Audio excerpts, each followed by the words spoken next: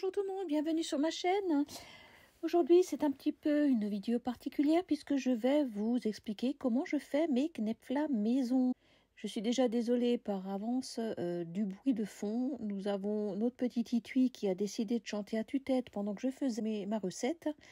Et également Léo qui a participé. Donc là, le fond de la vidéo est un petit peu bruyant. Je voulais juste vous prévenir. Donc bon visionnage.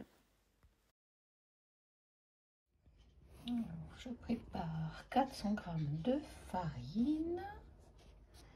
Nous avons 4 œufs. Nous avons du lait demi-écrémé 25 centilitres. Nous avons préparé notre casserole avec du sel que nous allons faire bouillir. Et donc je vais commencer à mélanger mes œufs avec mon lait pour l'instant.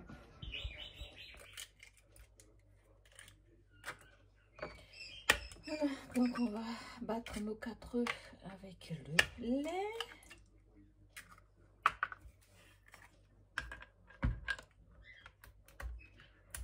Entre temps, mon Titui est en train de chanter.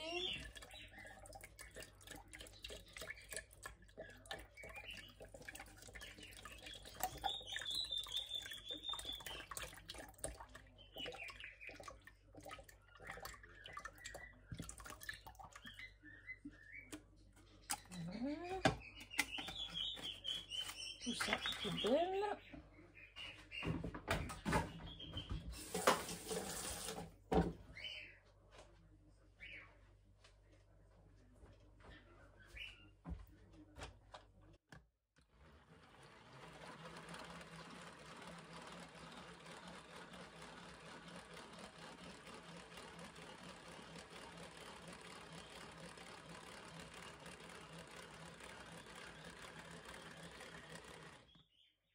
Voilà.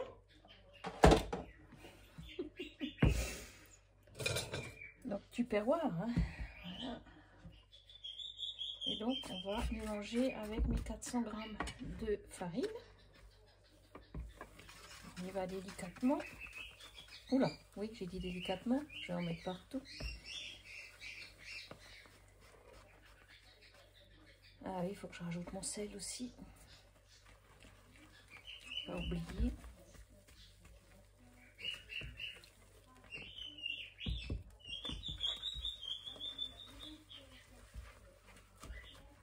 C'est ce qui est le plus délicat.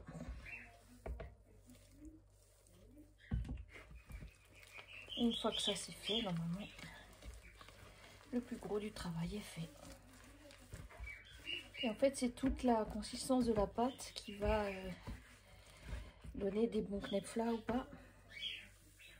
Et on ne sait jamais vraiment en fonction de la grosseur des œufs si la pâte va être plus ou moins souple.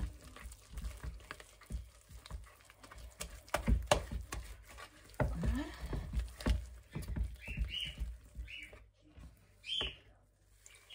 Parce que ma dose, à force de les faire, voilà, c'est une dose. Voilà.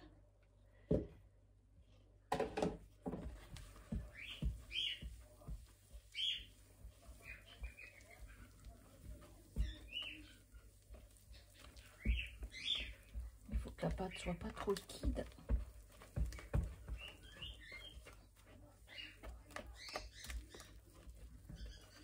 Et qu'elle colle quand même un petit peu.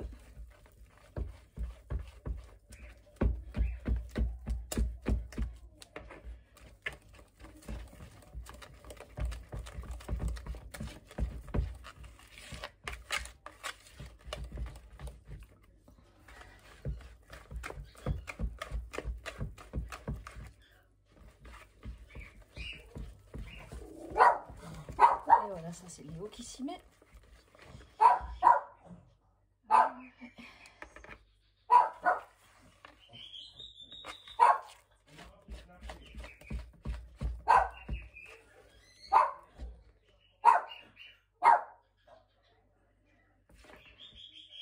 Un petit peu liquide, mais ça va le faire, je pense. Un peu jusqu'à se détache. Voilà.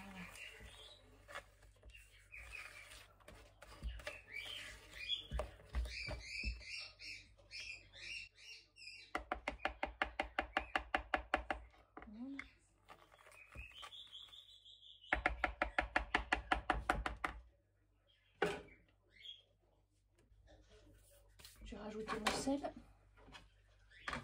que j'avais oublié. Voilà, un petit peu salé.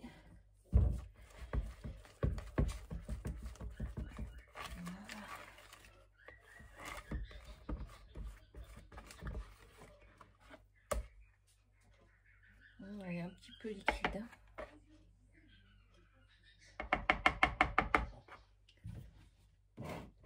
On va mettre un petit peu de farine.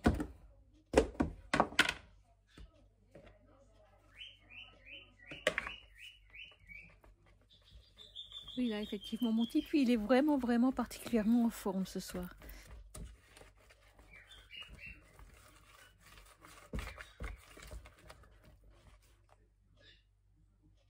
C'est déjà mieux.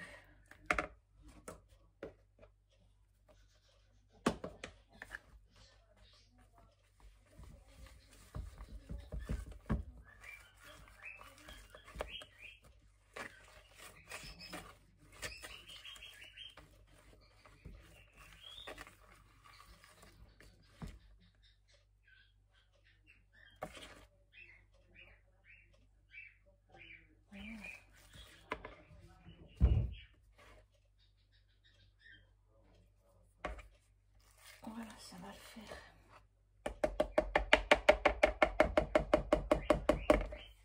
Voilà, mon accessoire de chez Tupperware. Donc voilà, l'eau est bout.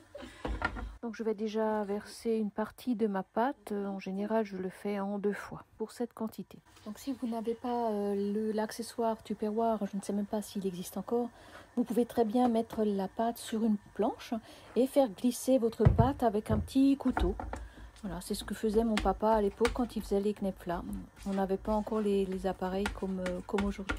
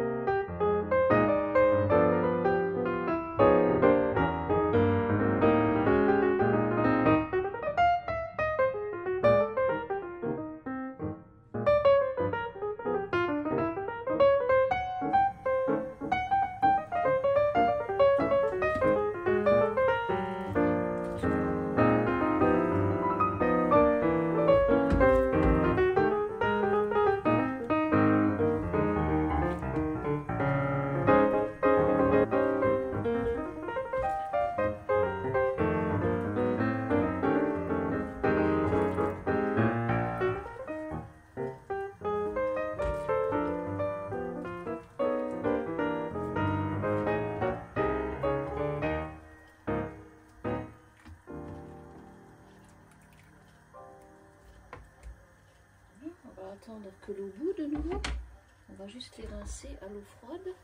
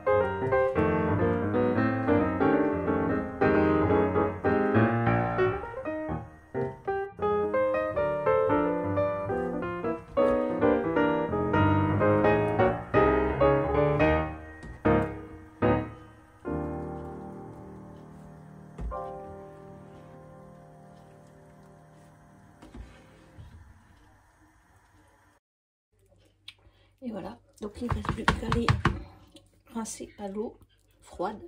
Et ensuite, je vais les faire revenir au beurre.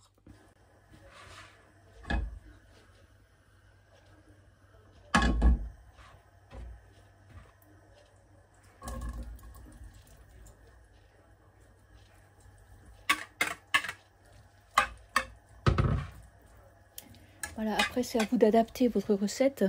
Moi je pars sur 4-5 personnes avec les ingrédients que je vous ai donnés. Donc plus vous êtes, plus vous multipliez vos ingrédients. Donc en général, quand on est une dizaine de personnes, je multiplie par 2, donc 800 g de farine, 8 œufs et 50 centilitres de lait, etc. À vous de voir en fonction de la quantité que vous désirez.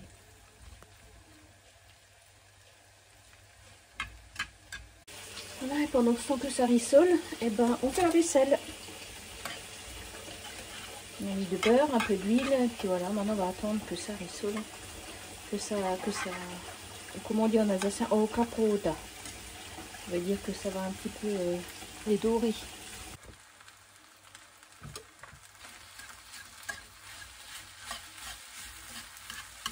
Ça brunisse un petit peu.